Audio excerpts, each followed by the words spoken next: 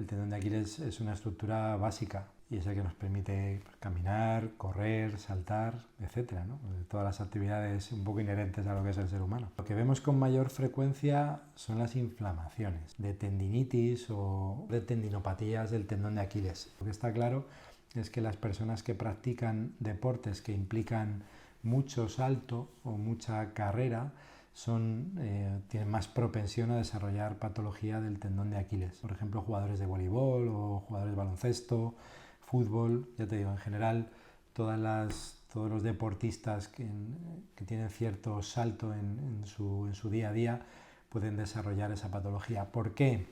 Pues básicamente porque el tendón está sometido a esfuerzos más o menos continuados, de los cuales, sobre todo en el deporte de cierta vamos a decir, élite o de cierta frecuencia, pues el tendón no es capaz de recuperarse. Cuando entrenas, habitualmente lo que se producen son pequeños daños estructurales, tanto en el colágeno como a nivel celular, y el cuerpo aprovecha los descansos que le damos, los periodos de recuperación, para reparar esos daños. Entonces, cuando hay un desequilibrio entre esos procesos de rotura que se producen durante la actividad deportiva y esos procesos de reparación que se producen durante los periodos de descanso, pues sobreviene la patología. ¿Qué es lo que se ve en el tendón? Pues básicamente a nivel estructural, si lo mirásemos en un microscopio, lo que se ve es que hay esos daños en la matriz del colágeno y hay unas células que intentan reparar esos daños generando nuevas fibras de colágeno, ¿no? Ese tejido normalmente tiende poquito a poco a convertirse en una cicatriz fibrosa eficaz a nivel microscópico y te permite, pues, al día siguiente o a los 2 días volver a hacer tu actividad física normal. Lo que ocurre es que en ocasiones pues, se produce un desequilibrio en el que el cuerpo es incapaz de hacer esa cicatriz eficaz y empieza a hacer un tejido ineficaz. Y muchas veces ese tejido ineficaz, pues en lugar de ser un tejido fibrilar longilíneo, pues empieza a generarse una especie de ovillo o espiral, y por eso a veces cuando exploramos este tipo de patología, pues vemos que el tendón de Aquiles pues tiene como bolitas, ¿no? en su interior a la palpación. Últimamente también vemos patología ya no en deportistas de cierto nivel, sino sobre todo pacientes de mediana edad, pues que hacen deporte quizá con una preparación no lo suficientemente adecuada.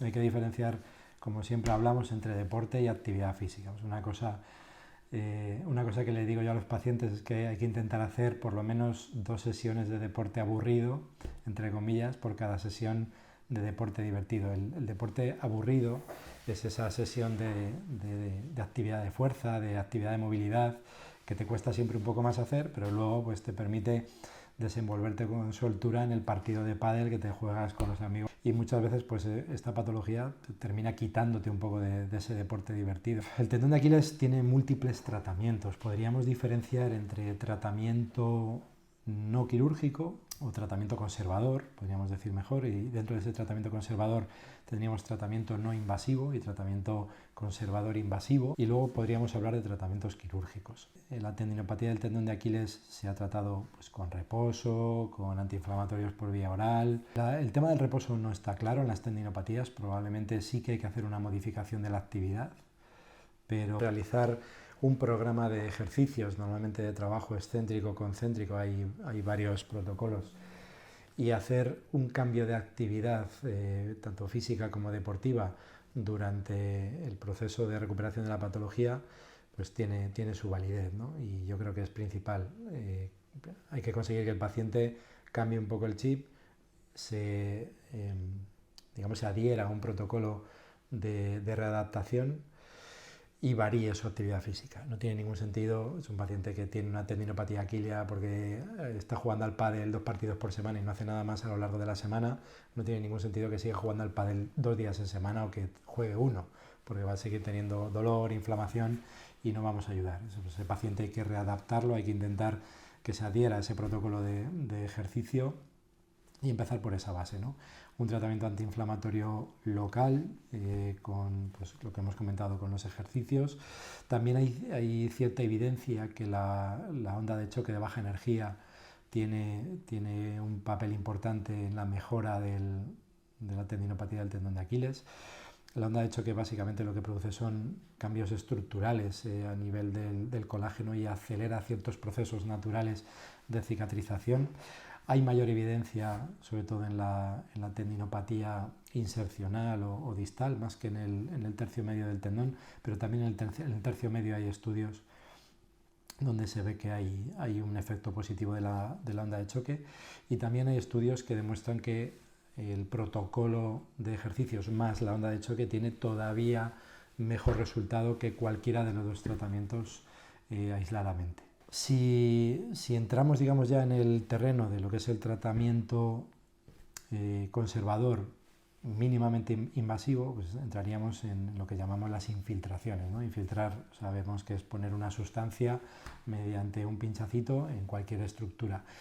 En este caso, pues en el tendón de Aquiles se ha utilizado pues un poco de todo, se han utilizado con, digamos, resultados variables los corticoides. Es relativamente peligroso hacer infiltraciones de corticoides, sobre todo a mano alzada, es decir, sin control de imagen, porque podemos producir un daño en el tendón y llevar a su rotura.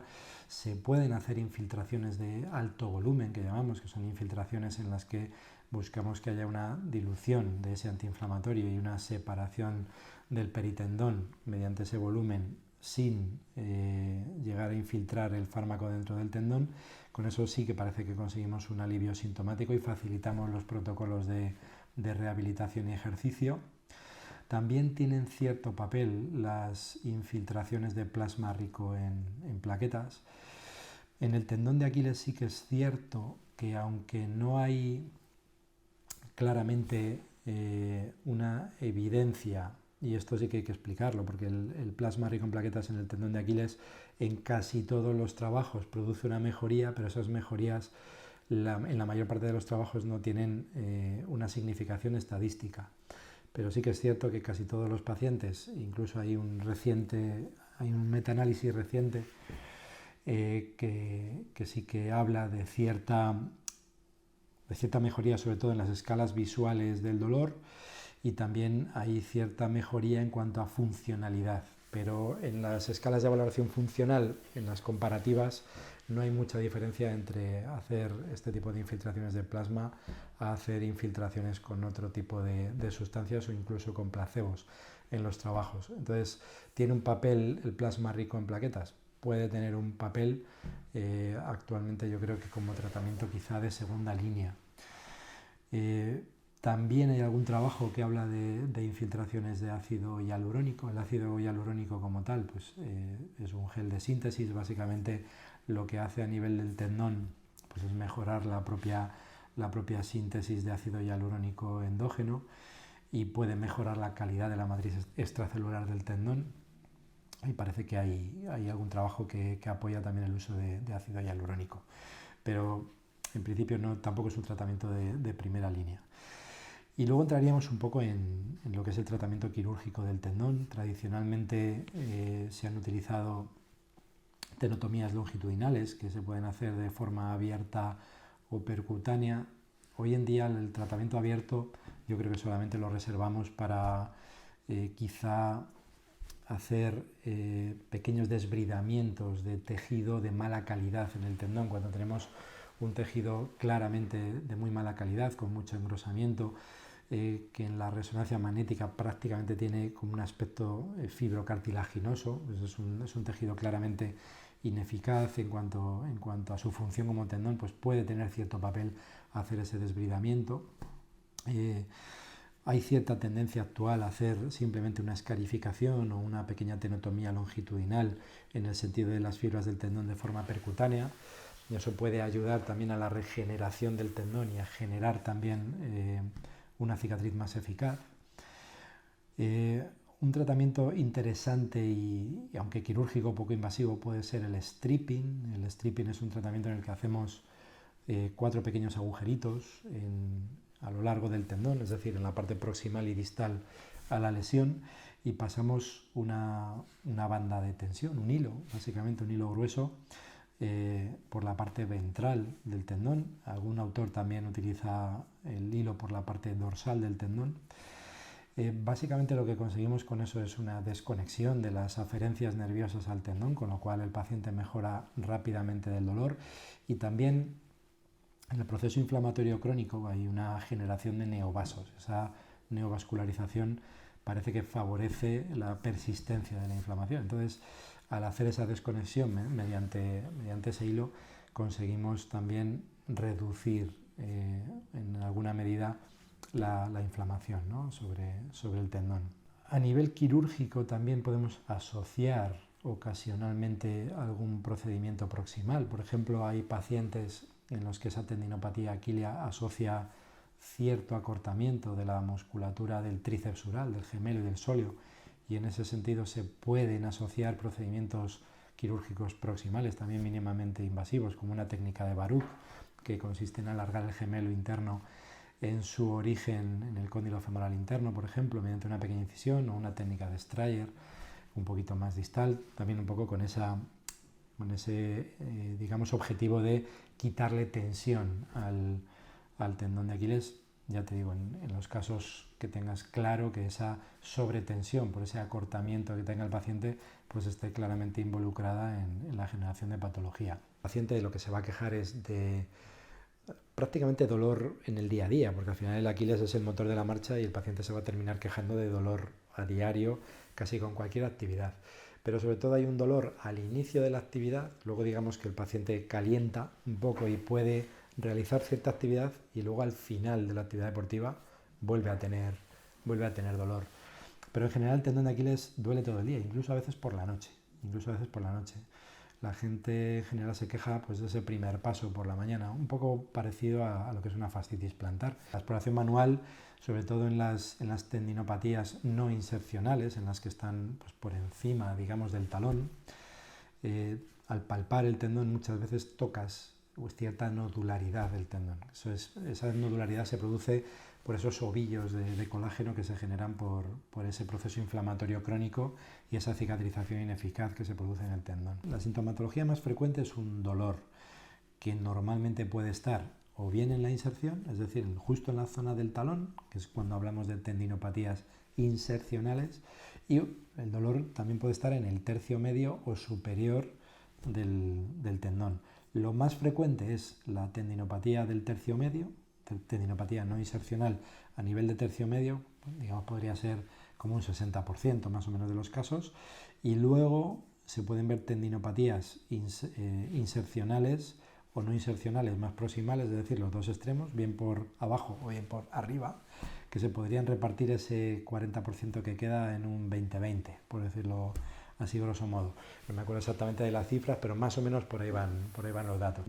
El tratamiento es parecido, aunque sí que es verdad que, por ejemplo, la onda de choque parece que tiene más eficacia en las tendinopatías insercionales, es decir, en la parte de abajo.